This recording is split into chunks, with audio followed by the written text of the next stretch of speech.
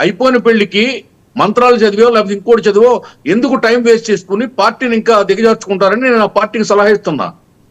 మీకేమన్నా చిత్తశుద్ధి ఉంటే మీరు చేసిన తప్పుల్ని ప్రజలు శిక్షించారు కాబట్టి మళ్ళీ ప్రజల్లోకి రావడానికి మీ పార్టీని బలోపేతం చేసుకోవడానికి ఆ దిశగా ప్రయాణం చేయండి.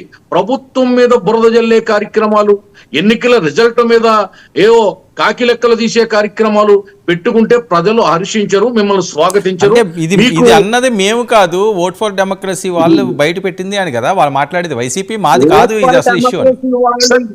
స్టేట్మెంట్ తప్పు అని చెప్పేసి ఓకే అండి, ఓకే విచారణ చేసి లోపల ఇవ్వచ్చు కదా మీరు. దాంట్లో ఇంటర్ఫీర్ అవుతే ఏం మాట్లాడుతాం? ఇంకా ఆయన మాట్లాడుతున్నాను, మీరు మాట్లాడండి. ఎవరు చేసినా సార్ ఈ రాష్ట్రంలో, ఈ దేశంలో ఎన్నికలు ముగిశాయి, ప్రభుత్వాలు ఏర్పడినాయి, ప్రభుత్వాలు పనిచేస్తున్నాయి. పనిచేసే ప్రభుత్వ తీరును మీకు ఏమన్నా దమ్ము